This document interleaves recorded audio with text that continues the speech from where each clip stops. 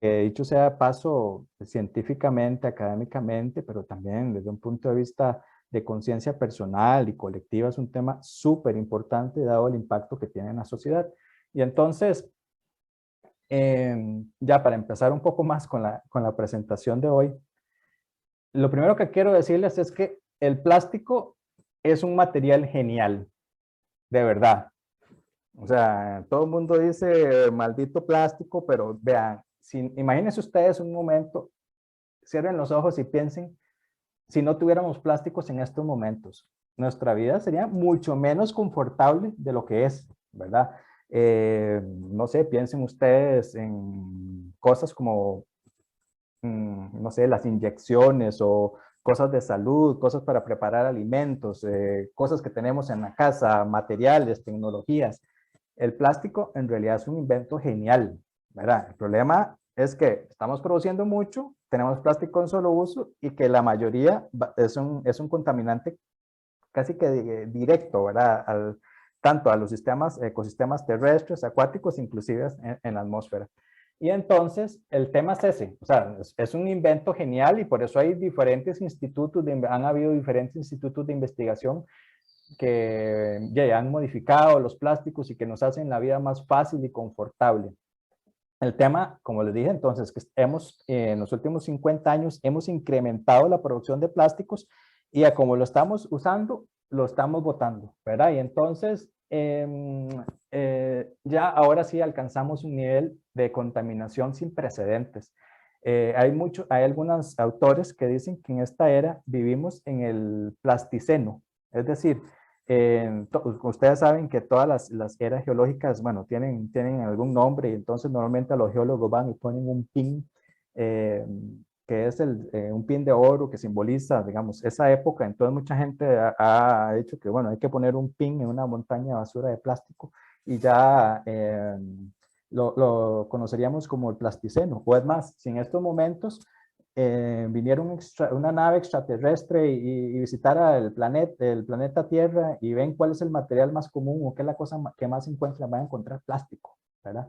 Y, y, y entonces, o sea, ya el problema se nos desbordó de las manos como humanidad, como país, como todo, ¿verdad? Y esto dado a gracias a algunas características particulares del plástico. Entonces, una es la cantidad y la cantidad de contaminación. Entonces, uno puede hallar otras fuentes de contaminación o algunas otras cosas, pero es que la cantidad ya es gigantesca, ¿verdad? Entonces, bueno, no voy a profundizar, ustedes ya lo han visto en la gran cantidad de información que hay en los medios de las islas, de las islas o islas gigantescas de plástico que hay aquí en Honduras o la otra, la que queda en el Pacífico. La otra es que absolutamente todos los ecosistemas del planeta se han encontrado plásticos, ¿verdad? Entonces, pensemos desde los polos hasta la fosa de las Marianas en 11.500 metros de profundidad, ahí ya se encuentra contaminación por plásticos. El otro gran problema es la persistencia, o sea, que tarda varios cientos de años en poder degradarse. Entonces, es un material que va a estar ahí por mucho tiempo. Inclusive esto de la persistencia es muy curioso porque, bueno, dependiendo del tipo de plástico, las condiciones, en algunos casos puede ser colonizado, por ejemplo, por diferentes microorganismos, inclusive macroorganismos, se van al suelo, después alguien se alimenta de eso y otras vuelven a flotar, vuelven a pasar, entonces tienen una importancia en los flujos, la persistencia en diferentes ecosistemas. Lo otro es que en general los plásticos y su tamaño más pequeños, los microplásticos, son altamente complejos. Primero, en la cantidad de tamaños, ¿verdad? Entonces los podemos encontrar desde macroplásticos, microplásticos, nanoplásticos. Tienen diferentes formas y entonces el tema de la forma es importante porque si pensamos a escala de micrómetros, estas formas, pequeñas aberturas, rajaduras, pensemos como un microecosistema para las bacterias que pueden vivir ahí, ¿verdad? O los microorganismos. Y que entonces normalmente sobre las partículas de plástico, igual pensemos como si fuera un bosque en miniatura, con diferentes tamaños, formas, ahí van a colonizar diferentes poblaciones de microorganismos, y que, bueno, también pueden tener, al estar formando biofilm, hay comunidades de diferentes especies que están en contacto, que pueden intercambiar material genético, etcétera. Eso lo voy a profundizar más adelante. Además, el tema es que el plástico en realidad llamamos son compuestos poliméricos complejos, pero en realidad la cantidad de materiales son muy variados y la cantidad de aditivos todavía más. Entonces se puede, las combinaciones entre materiales más aditivos, se dice que pueden haber más entre 10.000 y 12.000 sustancias distintas, sustancias químicas distintas, para que vean ustedes las dimensiones de lo que es. Muchas de estos aditivos son, bueno, yo les voy a dar particularmente importancia porque a veces los efectos más peligrosos del microplástico no están en la partícula física per se, sino en todos los aditivos que tienen, que pueden, muchos se lixivian, se pueden mezclar en soluciones acuosas, y entonces muchos son de verdad cancerígenos, o, por ejemplo, muchos pueden tener disruptores endocrinos que luego causan problemas hormonales en las personas. Desde las mismas tintas hasta todos los plastificantes. Es una cosa, de hecho, de las más preocupantes del plástico, no solamente el plástico, sino todo lo que contiene. Y entonces, para entrar en algunas definiciones un poco más clásicas, hablamos de que los microplásticos, por definición, son partículas que tienen menos de 5 milímetros de tamaño. Y los nanoplásticos, hablamos de aquellos que tienen menos de 100 nanómetros o 0.1 micrómetros.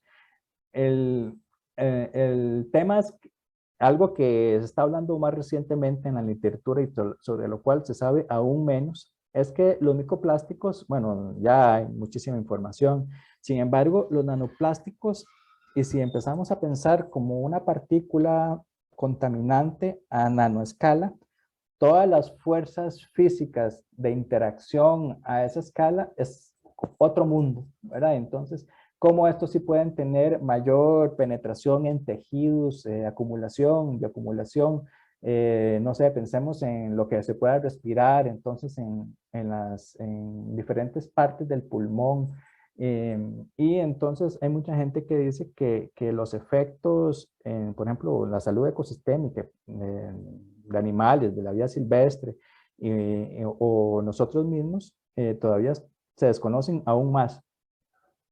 En general, se clasifican los plásticos en primarios y secundarios. Entonces, los primarios son los que se fabrican, o microplásticos, que son fabricados con tamaños pequeños, así, naturalmente. Entonces, como los cosméticos, abrasivos, y los secundarios, que son los que ocurren producto de la degradación y fragmentación de fragmentos más grandes. Entonces, por ejemplo, bueno, de las llantas, se dice que, bueno, hay varios estudios en Europa que dicen que la mayor contaminación por microplásticos en ciudades y que luego va a ríos, en realidad la fuente primaria son las llantas de los carros, al haber roce con las carreteras, y luego eso se lava y luego va. Entonces, en cuanto a cantidad, se dice que es una de las fuentes más grandes, pero también los textiles. Y entonces, no sé si ustedes bueno, uno lava la ropa y luego la seca y luego uno ve cómo salen el montón de fibras, pero son, o sea, una cantidad impresionante. Entonces, se dice que la industria textil y de ropa y de moda es la segunda o la tercera más contaminante en el tema de microplásticos. Y bueno, tenemos las botellas y las bolsas también, y la degradación de estas. Aquí voy a hablar particularmente también sobre las bolsas OXXO, que dicen que son biodegradables, pero en realidad lo que hacen es convertirse en microplásticos de manera más rápida, pero el problema de contaminación sigue. Cierro paréntesis. Y si alguien quiere comentar, bueno, podamos hablarlo. Y bueno, los microplásticos entonces los encontramos en una pequeña parte, bueno, los plásticos en general, una muy pequeña parte se recicla y la mayoría se bota como basura, y la mayor cantidad va a través de los sistemas de agua, ¿verdad? Como plantas de tratamiento, residuos domésticos, drenajes, desechos industriales.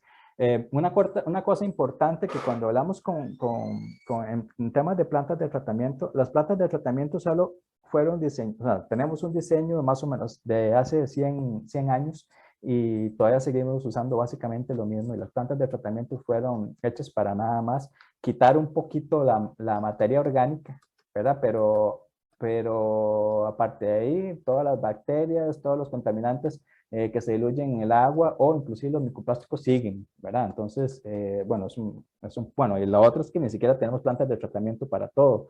Entonces, bueno, este país tiene una dicotomía terrible, ¿verdad? Somos muy verdes del suelo para arriba, pero en el tema de aguas somos unos, y yo uso la palabra asquerosos, nos hemos olvidado, ¿verdad? Entonces, yo que he estado muestreando en estos días el Virilla, uno ve, va y, el bosque lindísimo, la vegetación, pero desde que va bajando ahí en el cañón, huele a caca, ¿verdad? Entonces, bueno, pero y uno llega abajo al cañón, entonces ve el montón de botellas, no sé, el otro día un ventilador de computadora, que el otro día también una manguera, la cantidad es una cosa terrible, ¿verdad? Entonces, tenemos este doble discurso como país, ¿verdad? País verde, pero en realidad verde tal vez para las plantas, pero para el resto de los ecosistemas acuáticos le hemos dado verdaderamente la espalda.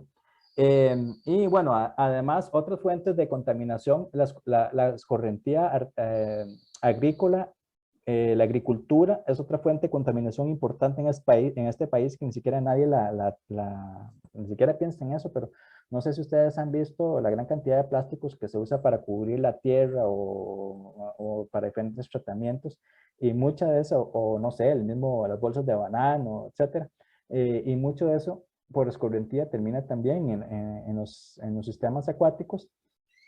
Y bueno, al final tenemos el país, pero en el planeta, contaminación en el aire. Han habido varios estudios de cuántas partículas de plástico existen, ¿verdad? Entonces, en realidad, inclusive en parques nacionales, entonces lo que tenemos cuando tenemos lluvia también de microplásticos, contaminación en los suelos, en los ríos, en los lagos, también en los acuíferos, que aunque, y además que muchos de estos son la principal fuente de agua de muchas ciudades y en el futuro lo continuarán siendo.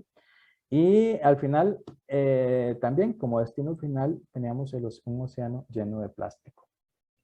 Em, yo no estoy viendo aquí el chat ni los participantes para ver si alguien tiene preguntas, pero entonces sí que alguien quiere decir algo, nada más se lanzan. O también Andrea puede moderar eso si quieren. Como quieran, pueden hablar directamente, interrumpir a Keylor o pueden ponerlo en el chat y yo estoy pendiente. Ok. Yo tengo una pregunta. Adelante. Ahorita hablando, bueno, es que con esto de los nanoplásticos y como las escalas tan pequeñitas, entonces, ¿cómo se puede saber que el plástico, o sea, que el plástico sí se puede destruir en serio y no solo como que se hace en partículas minúsculas? Sí, sí, esa es una muy buena pregunta. Uno decía que se mineralizara completamente, ¿verdad? Los compuestos finales, sino que quedaran... desgraciadamente no pasa, ¿verdad? Y vos tenés razón, una gran parte no se mineraliza y una gran parte terminaría como nanoplásticos.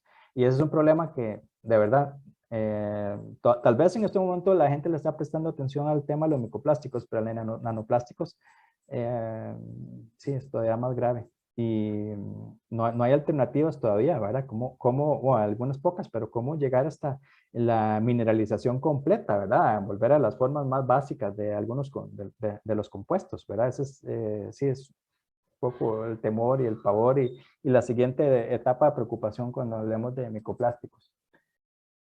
Me parece una muy buena pregunta, sí. Bueno, nada más me interrumpen, ¿verdad? Voy a continuar. Aquí nos pidieron hace poco, bueno, acabamos de escribir un capítulo sobre efectos en la salud pública y ecológica de los microplásticos. Entonces, es un pequeño resumen de lo que estaba hablando. Tenemos diferentes fuentes de plásticos y entonces la gran mayoría y lo que está pasando es que estos se degradan y se fragmentan básicamente por dos procesos principales. El primero es la fotooxidación, ¿verdad? La luz, la UV, Y el segundo es la abrasión, es decir, el roce entre estos. Entonces, si tenemos partículas grandes, ahí como hago, si tenemos partículas grandes, ya luego se van segmentando. Y entonces tenemos las nanopartículas que, como les comenté, son de menos de punto 1 micrómetros, o los microplásticos menos de 5. Y entonces, si uno hace digamos, un agrandamiento de lo que ve, entonces uno puede ver fibras, puede ver pelotitas, fragmentos irregulares. Y entonces, bueno, se ha visto que las fibras en realidad son la mayor parte de la contaminación, de los microplásticos. Pueden ser, no sé, entre alrededor de 2/3 partes de todos los microplásticos. Y si uno hace un agrandamiento, por ejemplo, de una partícula irregular, entonces uno va a encontrar que, bueno, ese microplástico al final se convierte en un pequeño núcleo sobre el cual crecen microorganismos, pero también tiene sus propios plastificantes y sus propios aditivos, pero además, por término de cargas, se convierte en un núcleo para pegar, inclusive, bueno, no solamente plastificantes, aditivos, sino inclusive nutrientes, otras moléculas orgánicas, o si hay plasticidas, o hay metales pesados, o hay algunas otras sustancias, se convierte en un núcleo de aglomeración de todas estas sustancias. Y al final, ¿qué pasa? ¿Verdad? Entonces, tenemos el riesgo de que muchos de estos pueden ingerir. Aquí puse el ejemplo de humanos, pero igual pensemos no sé, la vía silvestre que vive alrededor de los ríos, por ejemplo. Entonces, podemos tener 3 vías principales a través de la inhalación, de la ingesta, que es la principal, inclusive a niveles dérmicos, ¿verdad? Entonces, sobre todo los nanoplásticos y algunos microplásticos se pueden pasar a través de la piel directamente, y bueno, para cada uno de estos hay estudios. Y entonces, y bueno, algunos ejemplos es, por ejemplo, a través de la comida, ¿verdad? Comida sólida, el pan, el pescado, o a través del agua que estamos bebiendo todos los días, o igual algo de inclusive hay unos estudios ahí interesantísimos de cómo los biberones de bebés tienen una cantidad de plásticos altísima, a pesar de que sean sin bisfenol A y todas estas cosas, aún así hay muchas partículas que están ingiriendo los bebés. Y bueno, aquí voy a hacer un paréntesis para una teoría de que nosotros, María, mi esposa y yo tenemos, que siempre hemos pensado de que conforme cada vez que aumente, en los últimos años cada vez tenemos más enfermedades de tipo inflamatorias, más enfermedades del sistema inmune y menos enfermedades, digamos, crónicas, como las antes eran las infecciones por patógenos y tal. Y con algunos de ustedes hemos hablado que la microbiota podría tener un efecto importante, pero también el tema de la ingesta y todas estas sustancias, estos aditivos que tenemos en los plásticos, podrían también ser desencadenantes de respuestas inmunes no comunes, ¿verdad? Y por eso es que nos volvemos tal vez un poco más, podríamos volvernos un poco más susceptibles, y que tenemos otro tipo de enfermedades, ¿verdad? Que son más crónicas y un poco más perjudiciales. Y bueno, desde un punto de vista más teórico, sí se ha comprobado algunos posibles efectos a la salud humana, ¿verdad? Como daño celular, estrés oxidativo, respuestas inmunológicas, alteración en la expresión de algunos genes, disrupción endocrina, neurotoxicidad y alteración del microbioma. Y el otro tema es que, y tal vez me verán que tengo o he tenido un poco de sesgo hacia el humano, ¿verdad? Porque lastimosamente la ciencia primero estudia eso, pero el posible efecto hacia la salud del ecosistema como tal puede ser igual o peor, ¿verdad? Pero eso todavía no se estudia mucho. En un proyecto que tenemos, y bueno, aquí no lo puse en este artículo, pero también estamos tratando de estimar el riesgo a la salud de los ecosistemas de la contaminación por microplásticos. Pero si sabemos poco inclusive en humanos, todavía el tema ecosistémico hay menos, hay contaditos con la mano los estudios. Ok. Y entonces, aquí quisiera tal vez empezar con el primer estudio que hicimos en Alemania con un estudiante de doctorado, en el cual estudiamos la contaminación por microplásticos en las comunidades de hongos. Y entonces lo que hicimos fue en varias estaciones del río que desemboca en unos ríos que desembocan en el mar Báltico. Entonces lo que hicimos fue incubar microplásticos por un mes. Y luego de un mes fuimos bueno, y aparte de eso también se utilizaron dos tipos de plástico, poliestileno, polietileno, y además, bueno, como control usamos el agua, pero también se incubaron fragmentos de madera. Y entonces luego tomamos estos fragmentos y hicimos metabarcoding y analizamos particularmente las poblaciones de hongos. Como ustedes sabrán, bueno, las bacterias tienen un importante rol ecológico en la transformación de los diferentes nutrientes, en los ciclos de los nutrientes, pero podríamos decir que los hongos tienen sí, un efecto similar o inclusive mayor en los ciclos bioquímicos, en los sistemas acuáticos, particularmente en el ciclo de carbono.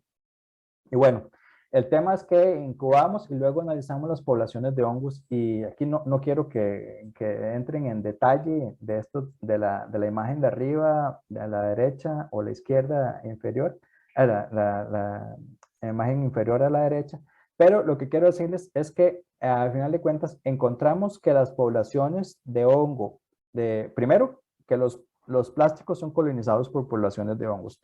En segundo, que esas poblaciones de hongos son muy distintas a las que puede haber en el ambiente natural, ya sea en el agua o en un sustrato natural como lo puede ser la madera, ¿verdad? Y entonces, uno de los primeros efectos que uno ve del microplástico, entonces, en los sistemas acuáticos, no es solamente la cantidad de microplásticos, sino también que están alterando la composición de los microorganismos, en este caso particularmente los hongos que viven ahí, ¿verdad? Entonces, es una alteración ecosistémica importante que uno no sabe al final cuáles son las posibles consecuencias.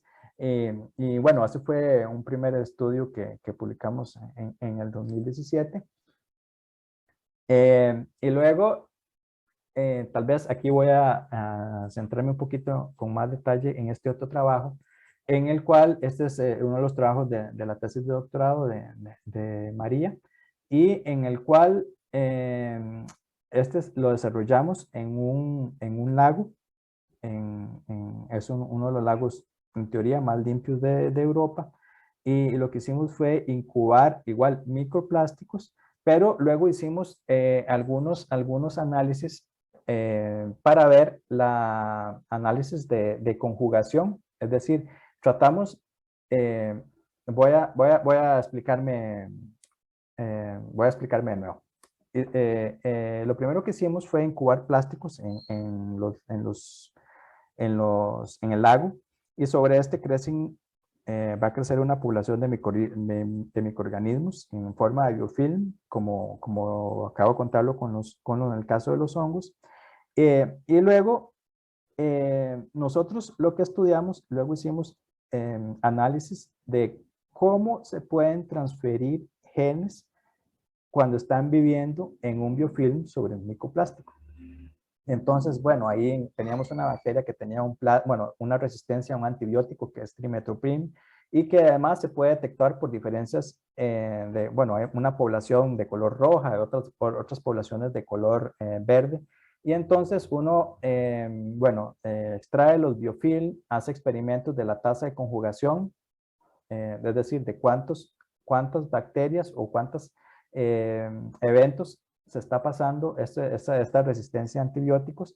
Y bueno, uno utiliza un equipo muy especial que se llama un FACS, que es Fluorescence Activated Cell Sorting, que puede contar, pero también separar una célula de una bacteria individual, ¿verdad? Entonces separamos las células diferentes, y luego analizamos el material genético, y por otro lado analizamos la tasa de frecuencias. Y bueno, lo que quiero decir con este experimento fue que encontramos que la tasa de transferencia de genes de resistencia en bacterias que crece sobre micoplásticos era entre 1000 y 10.000 veces más alta que la tasa de transferencia, por ejemplo, lo que puede ocurrir en el agua, o la tasa de transferencia de genes que puede ocurrir como un material normal, como un material normal que puede crecer que puede estar en el agua, como, no sé, una hoja, por ejemplo, ¿verdad? Entonces, vean lo que estamos diciendo, que el plástico, aparte de concebirse como un ecosistema, un contaminante tal cual, con una partícula física que está ahí, que no debería estar, además, están creciendo poblaciones de microorganismos diferentes a las que deben estar creciendo en el ambiente natural, pero además aumenta la tasa de transferencia. En este caso nosotros medimos transferencia de genes de resistencia a un antibiótico, pero podría ser metales pesados o genes de virulencia, etcétera, ¿verdad? Y, Taylor, ¿sí? una pregunta, pero por qué está pasando eso? ¿Porque el microplástico es un sustrato que hace que se reproduzca más rápido? ¿O cuál es el mecanismo detrás de esto que descubrieron?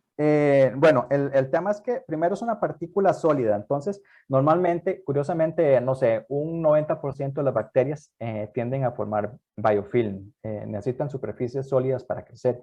Las bacterias, o sea, normalmente los que estudiamos ambientes acuáticos, uno distingue dos, digamos, modos de vida. Si es free living, que anda ahí feliz por la vida en el agua, o si es particle associated, ¿verdad? Entonces, la mayor cantidad de células y bacterias y microorganismos tienden a tender a formar agregados, ¿verdad? Y esos agregados les es más fácil vivir. Entonces, las partículas, o sea, los microplásticos les ayudan a formar esos agregados que al final se convierten en estas biopelículas o que se llaman biofilm. Y además, el tema de eso es que, por ejemplo, otra vez, el plástico uno lo ve plano, ¿verdad? Pero si uno lo ve a escala microscópica, en realidad es una superficie, es tridimensional, sobre todo las superficies rugosas, todas forman como decir, no sé, pensemos en un valle, ¿verdad? Y entonces ahí están creciendo las bacterias felices, pero además están en mucho estrecho contacto físico. Y al estar en ese estrecho contacto físico, lo que hacen es bueno, hay un proceso de transferencia de genes que se llama conjugación, que es que al estar una con otra, desarrollan como un pili, como decir un pili es como, no sé, un pelito, ¿verdad? Y conecta una con otra y a través de eso se pasa en el material genético. Entonces, sí, eso es, a través de conjugación es el método más común en el que se pasa la información genética, pero no solo eso, antes uno pensaría que se pasa la información genética ya no sé si estamos hablando de bacterias, entre bacterias similares, por ejemplo, si son proteobacterias, pasar de proteobacteria a proteobacteria, pero lo que encontramos es que en esto vimos que había transconjugantes, es decir, bacterias que recibieron ese gen de resistencia a antibióticos pertenecientes a 18 filos distintos. O sea, entre gram positivos, gram negativos. O sea, la transferencia de genes es una cosa indiscriminada, ¿verdad? Es una locura. Y entonces, para ir como resumiendo, el microplásticos en los sistemas acuáticos tienen un problema, bueno, entonces ya mencionamos que es un problema de contaminación por la partícula per se, por los aditivos que tiene, pero además modifican las poblaciones de microorganismos en las poblaciones acuáticas. Pero además están transfiriendo genes de resistencia de unas a otras y además entre una diversidad altísima, pero entonces eso también tiene efectos evolutivos importantes, ¿verdad? Si nos estamos pasando genes a una tasa mucho más alta de lo que debería estar pasando, y muchos de estos son, pensemos de resistencia a antibióticos o patogenicidad, otras cosas, ¿verdad? Entonces, también eso tiene un impacto no solamente ecológico, sino evolutivo en las poblaciones de microorganismos que están en el ambiente, ¿verdad? Entonces, bueno, de hecho, dicho sea de paso, desde que sacamos este paper, es nuestro paper más citado porque sí, hay mucha gente que le ha entrado y bueno, y después nos han dado financiamientos para otras cosas porque es realmente preocupante, es lo que nosotros llamamos los efectos colaterales de los microplásticos. Entonces, sí, los microplásticos tienen no solamente esa contaminación de la partícula, sino en la propagación de determinantes de patogenicidad y resistencia a antibióticos, pero imaginemos cualquier otra característica, pensando en microorganismos, el trait, ¿verdad? Esta ventaja o esta característica es que se pueda transmitir a través de genes y que las comunidades microbianas en las biopolíticas, en las biopelículas, en los biofilm de los microplásticos, entonces tienen mayores tasas de transferencia horizontal de genes, que es esto lo que estaba diciendo, y que las bacterias patógenas son transportadas por microplásticos. Bueno, y es otro efecto colateral, ¿verdad? Que las bacterias patógenas pueden ser transportadas por microplásticos desde las aguas residuales a través de la cadena la cadena alimenticia hasta los humanos, ¿verdad? Entonces, esto es otro efecto colateral, ¿verdad? Si nos estamos comiendo microplásticos que tenían bacterias, esos pueden llegar perfectamente al intestino. Y entonces, yo particularmente he pensado digamos, el ingerir microplásticos en humanos tiene también, pensemos en nuestro estómago, ¿verdad? Que nos comimos, ya no sé, el pescado o el bollo de pan que tenía microplástico.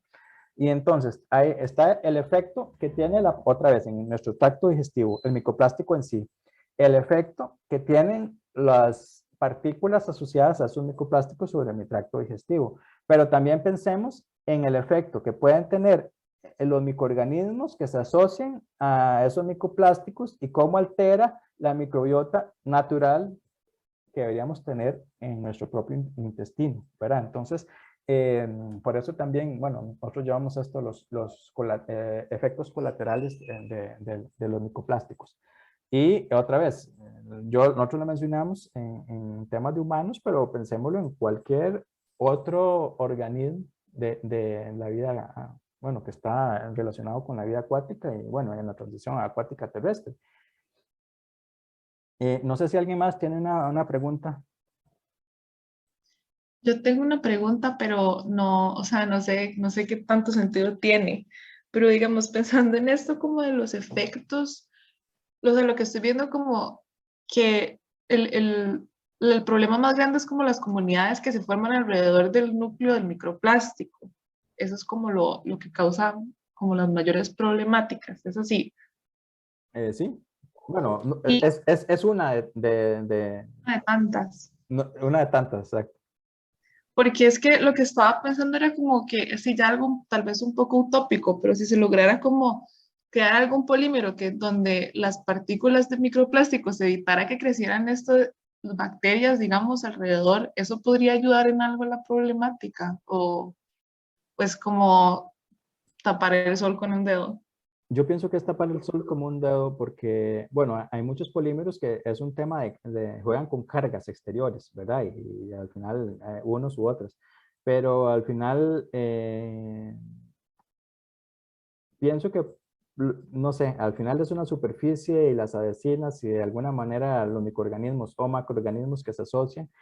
Cuando hablamos de microorganismos, entonces uno habla de biofilm, ¿verdad? Pero cuando hablamos de más macroorganismos como ciliados y otros, uno habla de biofouling, no sé, es el otro, pero digamos que en términos prácticos, biopelículas es lo mismo. Entonces, algunas de esas lo podrán hacer, pero lo otro es no sé, la química que uno haya usado para lograr esas propiedades probablemente tenga un efecto igual o peor, ¿verdad? Sobre el ambiente. Entonces, sí, yo pienso que sí, no es tan fácil, digamos. Sí. Y tenía otra pregunta con esto de las tasas de conjugación.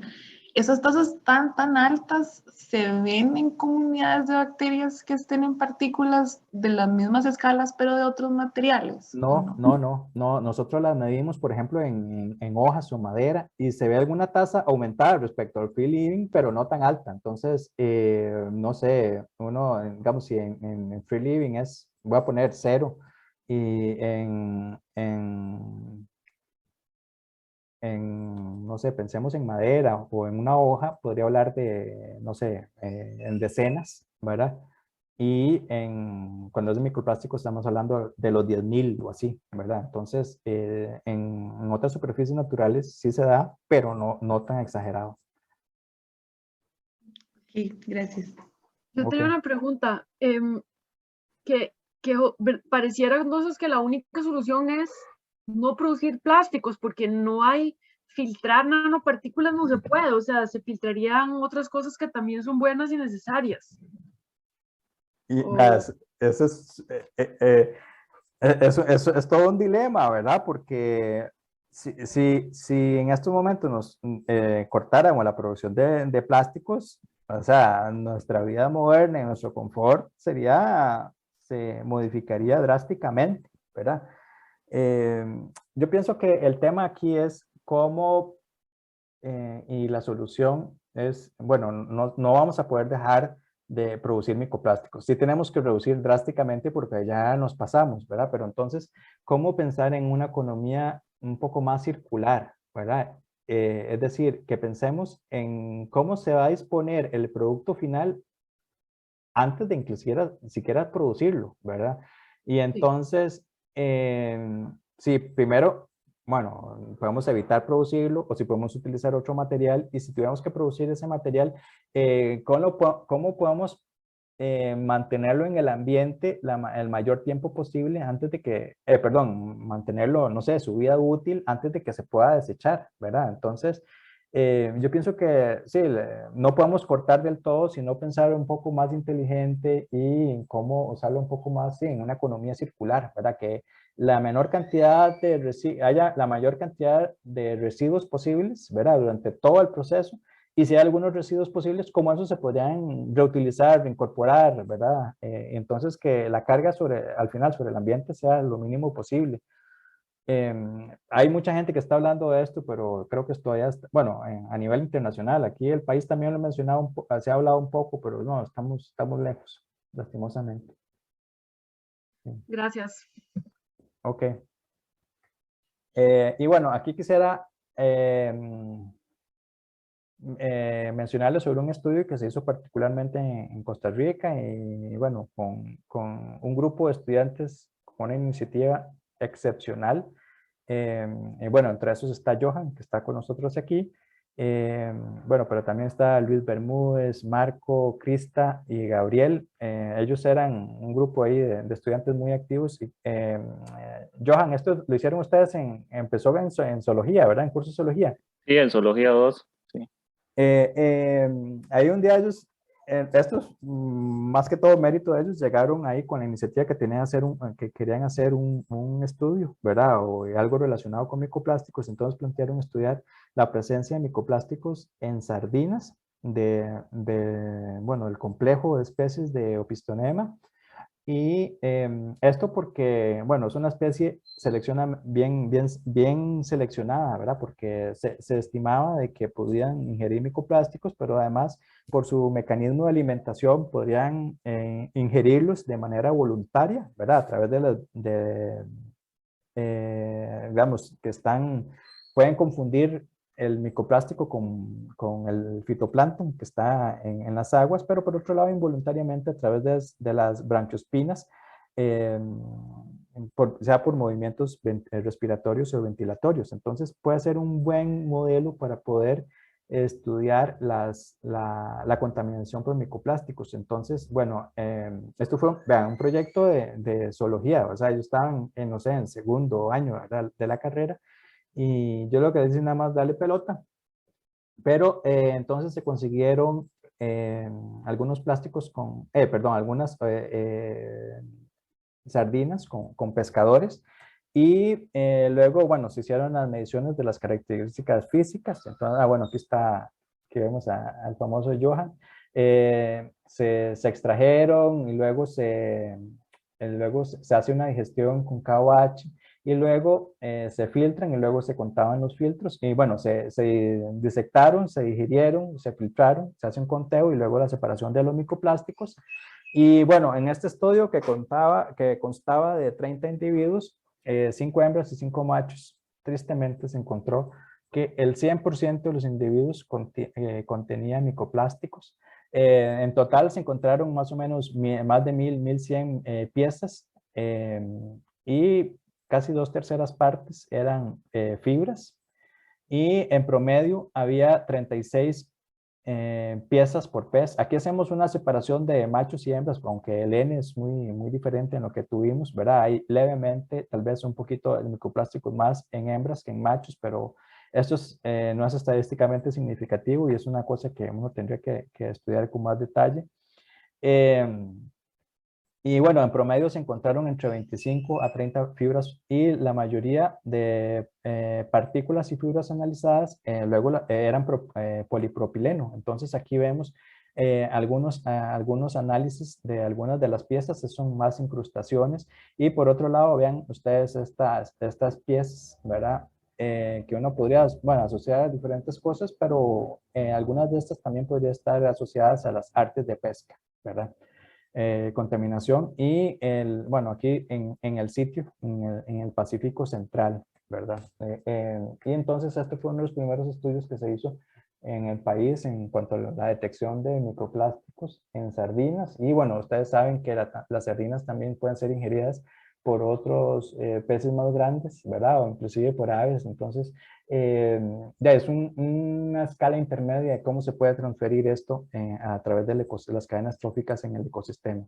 Este es un acercamiento de algunas de las fibras y otras de las partículas y otras incrustaciones que hicimos con SEM, con Scanning Electron Microscopy, microscopía de barrido.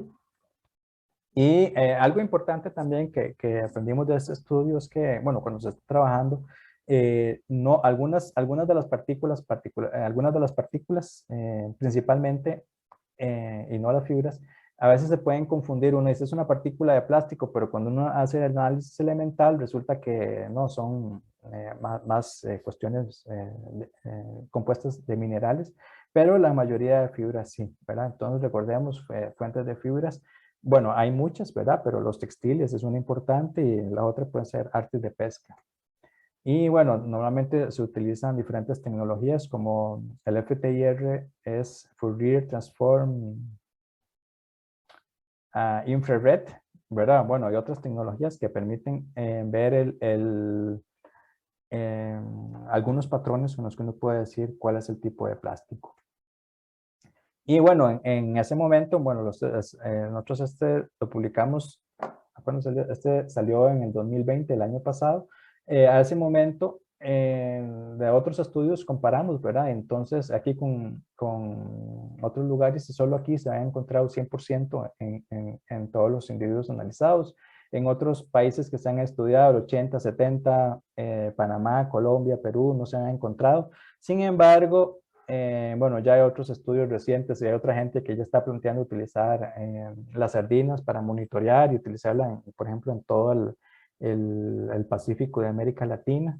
Y entonces, bueno, es un poco triste la historia y particularmente en nuestro país. Habría que determinar aquí cómo llegan aquí, cómo es que hay tantos microplásticos, pero uno puede decir que hay podría haber cierta influencia de la cuenca del Tárcoles, también puede haber movimientos de corrientes marinas. El tema es que ahí hay, ¿verdad? Y por otro lado, si ustedes quieren ver esto un poco más en vivo, váyanse a Punta Arenas y vean la cantidad, es impresionante la cantidad de plásticos que hay en la arena en Punta Arenas, ¿verdad? Es una cosa, bueno, realmente triste, ¿verdad? Yo les comparto el trabajo de maestría de Rosy, que es, bueno, una estudiante de INGO, en la cual estudiamos la presencia de Procambarus, la presencia de microplásticos en Procambarus clarki. Procambarus clarki es una es una langosta de río, es una especie invasora, cosmopolita, y es muy tolerante al medio ambiente. Y en este trabajo lo que hicimos fue ir a tomar langostas del ambiente y luego dejamos una población natural a la cual se le extrajo, hicieron conteos, hicimos microbioma y luego otras, bueno, hicimos un periodo de aclimatación y luego se les dio a comer un concentrado, sí, un concentrado que se les da a comer a este tipo de animales, pero que tenía un 30% de fibras y estas fibras fueran hechas de PET, es decir, material de botellas que se trituró y que se pasó por diferentes filtros.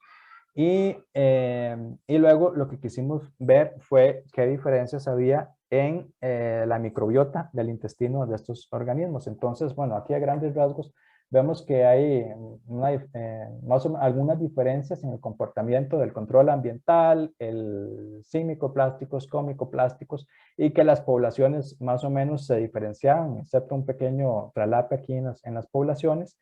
Y luego, curiosamente, algo que todavía estamos, bueno, ya el paper está muy avanzado, pero estamos analizando, encontramos que la riqueza de microorganismos en el intestino de Procambarus que fueron alimentadas con microplásticos fue más alta respecto al control ambiental o la que no tenía, la que tenía el alimento pero sin microplásticos. Es una cosa que todavía nos estamos dando un poco de cabeza por qué puede ser, ¿verdad? Pero uno puede ser, bueno, es que también tal vez es que algunas poblaciones de microorganismos se asociaron y entonces le permitían que otra vez, los biofilms, esas partículas tuvieran una microbiota más alta y diversa. Ajá. Ajá, por lo que explicabas del otro paper, que pareciera que el plástico aumenta la complejidad estructural del hábitat y por ende son mayores superficies para mayor desarrollo de microbios. Sí, sí. Pero inclusive dentro del cuerpo de los animales, qué locura, no solo en ríos. Ah, sí, sí, sí. Sí, y esto es un experimento controlado, laboratorio. Esto lo hicimos en el IRET. En la UNA. En la UNA, sí. Bueno, que trabajan más con ese tipo de experimentos y particularmente en el laboratorio de María. Y también hicimos una cosa ahí que este es un poco más novedoso y estamos esperando un poco los resultados. También medimos indicadores de respuesta a la fenoloxidasa en el hemolinfa. Y entonces, como usted, bueno, curiosamente, el hemolinfa no es bueno, es el análogo bueno, ustedes son más biólogos que yo, ¿verdad? Pero como el análogo a la sangre nuestra, ¿verdad? Pero curiosamente no es completamente limpio el microorganismo, sino tiene su propia microbiota. Pero también el hemolinfa se utiliza mucho para estudios del sistema inmune en organismos y sobre todo este tipo de organismos. Y entonces, la fenoloxidasa es una respuesta mide la respuesta del sistema inmune. Y entonces, en este estudio particular, cuando en la población del control, la que no tenía micoplásticos, el hemolinfa, la respuesta normalmente es más alta. Sin embargo, la respuesta en los microorganismos, en el hemolinfa de los Procambarus alimentados con micoplásticos, era mucho más baja. Y entonces ya, bueno, esto es algo que normalmente casi nadie mide, pero o sea, sí puede tener algunos efectos en el sistema en la respuesta inmune, ¿verdad? Y lo que estamos viendo ahora, ya mandamos también a secuenciar la microbiota para ver si hay algunas diferencias en la microbiota del hemolinfa. Pero, bueno, un estudio que nos gustó mucho y este es más experimental de laboratorio, ¿verdad? Y entonces en el que vemos cuáles son los efectos ya particularmente cuando uno alimenta y da una dosis estándar de microplásticos. Y bueno, ya casi voy terminando, ¿verdad? Creo que me falta uno o dos. Y en este es otro estudio que tenemos en desarrollo, en el que también en la mano derecha ha sido Johan, en el que estamos estudiando la presencia de microplásticos en 6 especies comerciales de bivalvos obtenidas en el Golfo de Nicoya. Y Bueno, aquí no quisimos poner específicamente cuáles son los lugares porque hay una sensibilidad importante. O el tema, aquí hay algo, cuando uno hace estudios y sobre todo microplásticos, y bueno, ya tuvimos una colega de la UNA que tuvo un problema con la prensa, entonces uno dice, estamos con toda la comida de microplásticos o los pescadores tienen microplásticos, entonces no les compren, ¿verdad? Y se puede crear estas cosas de pánico que estamos viendo y con la que le está pasando a Sudáfrica, entonces hay que ser muy, muy prudentes en cómo se maneja la información. Entonces, bueno, al menos aquí de varios sitios donde se recolectan bivalvos, recolectamos de cuatro sitios particulares. Como ustedes saben, bueno, la cuenca es muy afectada o influenciada por el Tempisque, pero también tenemos el Tárcoles en esta parte. Y bueno, el tema es que se consiguieron bivalvos de diferentes comunidades de 4 puntos distintos y luego se analizó la presencia de microplásticos en estos bivalvos. Y bueno, se detectó, para sorpresa de todos, o ninguna sorpresa, se detectaron microplásticos en todas las especies, en promedio 5 piezas por individuo, la mayoría eran fibras, un 92%. El blanco y el negro era el color más común y nos preguntamos si había algún tamaño en la ingesta. Bueno, primero encontramos como 2 grupos distintos. Por ejemplo, estas 2 especies, Leucoma asperrima y Leucoma aquateriana, tenían una cantidad de microplásticos altísima. Luego teníamos esta otra Mitela charruana, que tenía un poquito más bajo, ¿verdad? Y luego otras que tenían mucho más bajo, como Mitela guayanensis, y bueno, estas otras 2 que tenían casi cerca de 0. Pero el tema es que encontramos en todas. Y en algunos, a mayor tamaño, había mayor cantidad de microplásticos, y en otras era totalmente indiferente. Bueno, eso lo teníamos como nosotros era. Entonces esto también nos podría dar un indicio, digamos, si es que es el hábito, si son, existe también todo un debate en la literatura, si algunas de estos bivalvos son selectivos o no son selectivos, ¿verdad? Y hemos encontrado, digamos, literatura en otros lugares de que sí y algunas otras que no. Bueno, y bueno, parece que es lo que estamos encontrando aquí, ¿verdad? Algunas tal vez son un poco más selectivas, otras menos, ¿verdad? Y entonces, independientemente del tamaño, están llegando o están ingiriendo o están teniendo una ingesta de microplásticos. Y bueno, recientemente escribimos un capítulo sobre los posibles riesgos de los microplásticos. Entonces, bueno, la magnitud de la contaminación por microplásticos, la ubicuidad y la alta persistencia generan preocupaciones sobre los efectos de los microplásticos en ecosistemas, la vida libre, la vida silvestre y la salud humana. Y entonces, bueno, nosotros lo que decimos, pero casi que conocimiento de todos, es que hemos tenido muchos problemas, ¿verdad? Y que los microplásticos son los contaminantes más desafiantes que existen. Hay algunos que dicen, y bueno, tal vez Andrea no esté de acuerdo, pero que podría ser un problema más desafiante inclusive que el cambio climático, y sobre todo por la persistencia, la abundancia, y, ¿verdad? Y que no es fácil de revertir eso, ¿verdad? Prontamente. O al menos yo digo que hay 3, nuestro planeta tiene 3 grandes desafíos en las próximas décadas. Uno es el cambio climático, el otro es la contaminación por microplásticos y la otra es la resistencia a antibióticos. Y bueno, el tipo y nivel de exposición de los riesgos específicos para los seres humanos y la salud del ecosistema aún no se ha determinado por completo, y que existen fuentes novedosas que todavía sabemos menos, como los nanoplásticos, o no sé si ustedes han escuchado las noticias, la de los plásticos reciclados, que lo ponen como la gran noticia, incorporados en el pavimento o la construcción de las casas. Sin embargo, esto puede plantear un grave problema de riesgo de exposición para los seres humanos y los ecosistemas. No sé si ustedes han visto estas noticias, ¿verdad? De que se están metiendo microplásticos, y la misma UCR lo está haciendo, ¿verdad? O la NAME. Pero por lo que hemos visto, por la cantidad de aditivos que tienen, porque se lixivian, porque se fragmentan, se van a los ambientes, el riesgo a la larga puede ser peor, ¿verdad? Estamos pensando en pavimentos, pero también en las construcciones de las casas. A mí me da pavor que estemos haciendo bloques con microplásticos. Y bueno, con esto quería agradecerle a varias de las personas que han contribuido. Entonces, María Jesús Arias Andrés, William Hans Peter, el profesor, Teris, Ingo,